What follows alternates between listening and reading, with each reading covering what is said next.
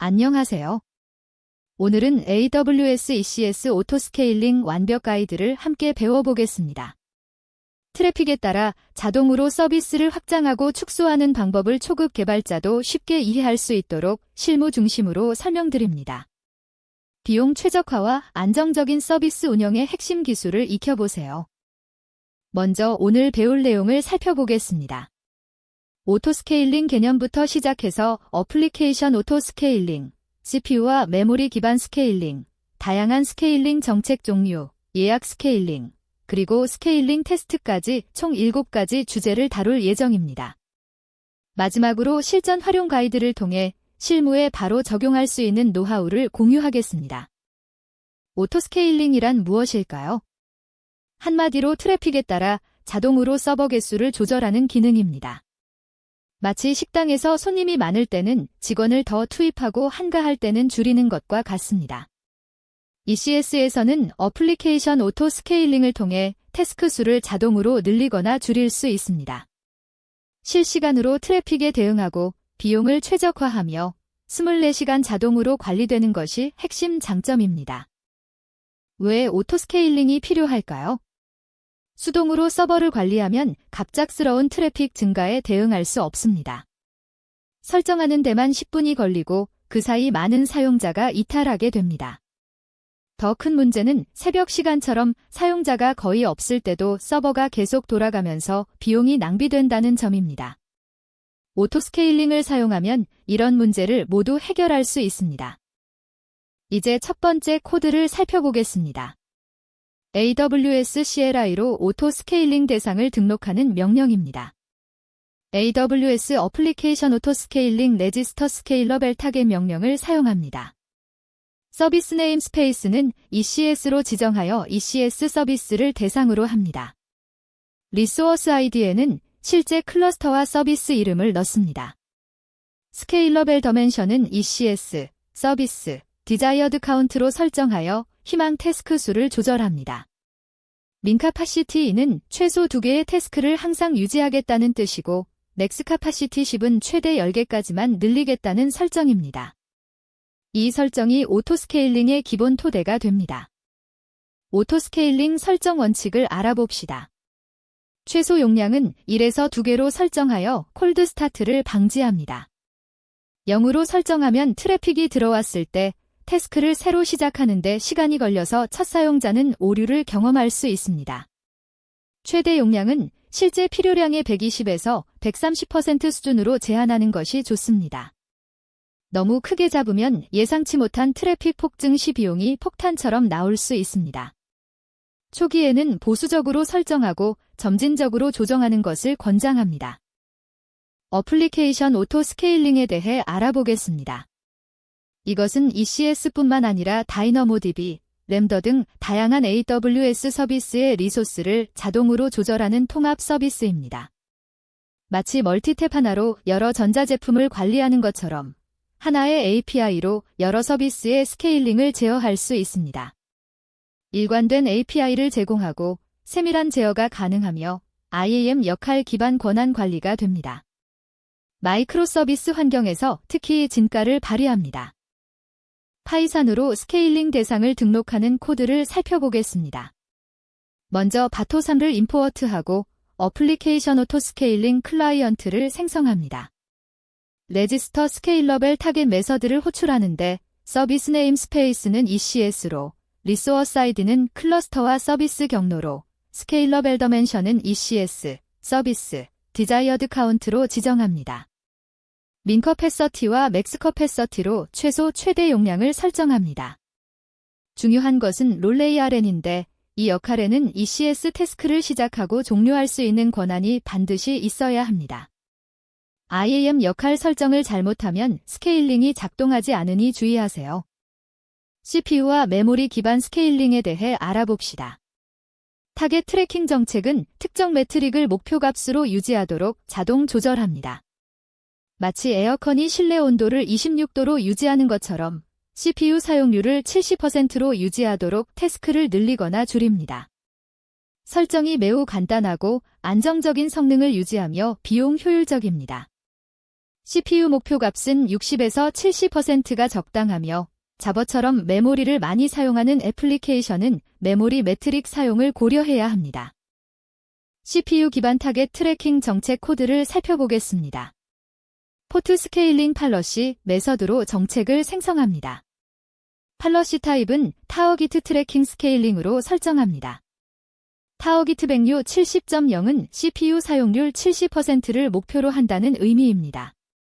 프리디퍼인드 메릭 타입은 ECS 서비스 에브리지 CPU 유털러제이션으로 설정하여 ECS 서비스의 평균 CPU 사용률을 매트릭으로 사용합니다. 스케일 아웃 쿨다운은 60초로 설정하여 스케일 아웃 후 60초 동안 추가 확장을 막습니다. 스케일인 쿨다운은 300초로 더 길게 설정하여 스케일인을 신중하게 진행합니다.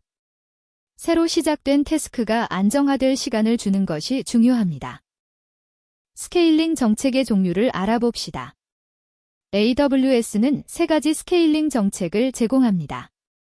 타겟 트래킹은 목표값을 유지하는 방식으로 대부분의 상황에 적합합니다. 스태프 스케일링은 단계별로 조절하는 방식으로 급격한 변화에 적합합니다. 스케줄드 스케일링은 예약된 시간에 변경하는 방식으로 예측 가능한 패턴에 최적화되어 있습니다. 마치 난방을 자동 온도 조절, 수동 단계 조절, 타이머 예약 중에서 선택하는 것과 같습니다. 처음에는 타겟 트래킹부터 시작하는 것을 권장합니다. 스태프 스케일링 활용 방법입니다. CPU 증가폭에 따라 서버를 다르게 늘립니다. CPU가 70에서 80%면 2개를 추가하고 80에서 90%면 3개를 추가하며 90% 이상이면 5개를 추가합니다. 상황별로 차등 대응할 수 있어서 배치 작업이나 급격한 트래픽 변화가 있는 경우에 적합합니다. 예를 들어 매일 새벽 3시에 시행되는 대용량 배치 작업은 CPU가 순식간에 100%까지 치솟는데 이런 급격한 변화의 스태프 스케일링이 더 효과적입니다. 스태프 스케일링 정책 설정 코드를 살펴보겠습니다. 팔러시 타입은 스태프 스케일링으로 설정합니다.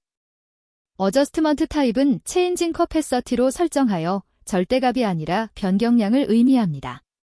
스텝 어저스트먼트가 핵심인데 메릭 인터벨 로어 바운드와 어퍼 바운드로 범위를 지정하고 스케일링 어저스트먼트로 추가할 태스크 수를 정합니다. 첫 번째는 임계값보다 0에서 10% 높으면 2개, 두 번째는 10에서 20% 높으면 3개, 세 번째는 20% 이상이면 5개를 추가합니다. 쿨다운은 60초로 설정하여 재조정 주기를 제어합니다. 이렇게 상황에 따라 다르게 반응할 수 있습니다. 예약 스케일링에 대해 알아봅시다. 스케줄드 스케일링은 특정 시간에 미리 서버를 늘리거나 줄입니다. TV 광고나 마케팅 이벤트처럼 예측 가능한 트래픽 증가에 대비할 수 있습니다. 지연 시간이 제로이고 비용 예측이 가능하며 복합 전략을 사용할 수 있습니다. 예를 들어 오후 8시에 TV 광고가 나간다면 7시 50분에 미리 서버를 10대로 늘려두는 것입니다.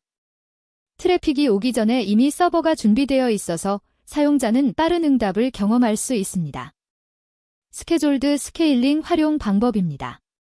일회성 이벤트는 at 표현식으로 특정 시점을 지정합니다.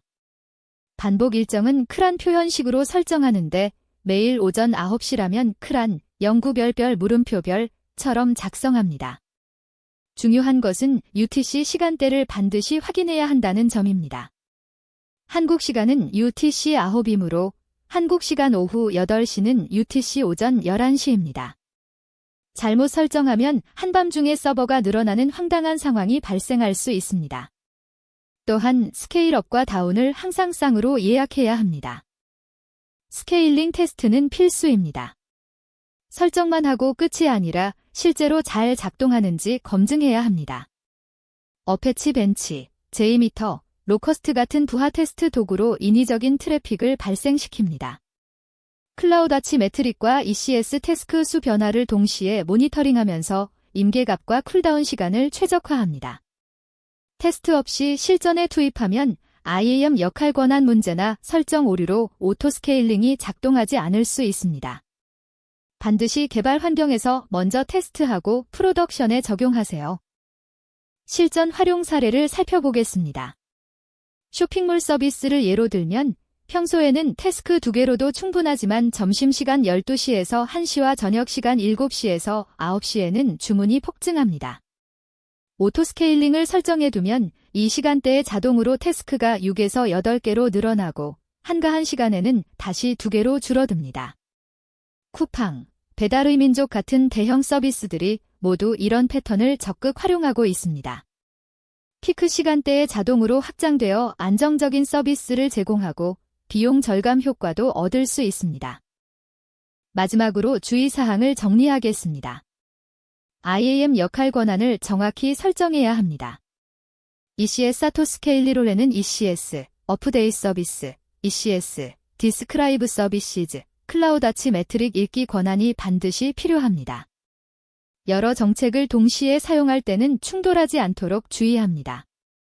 타겟 트래킹과 스태프 스케일링을 둘 다 같은 매트릭으로 사용하면 예상치 못한 동작이 발생할 수 있습니다.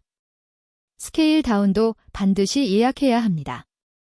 스케일 업만 하고 다운을 안 하면 이벤트가 끝나도 서버가 계속 많이 돌아가서 비용이 폭탄처럼 나올 수 있습니다. ECS 오토스케일링 완벽 가이드를 마치겠습니다. 오늘 배운 내용을 정리하면 오토스케일링은 트래픽에 따라 자동으로 서버를 조절하는 필수 기술입니다.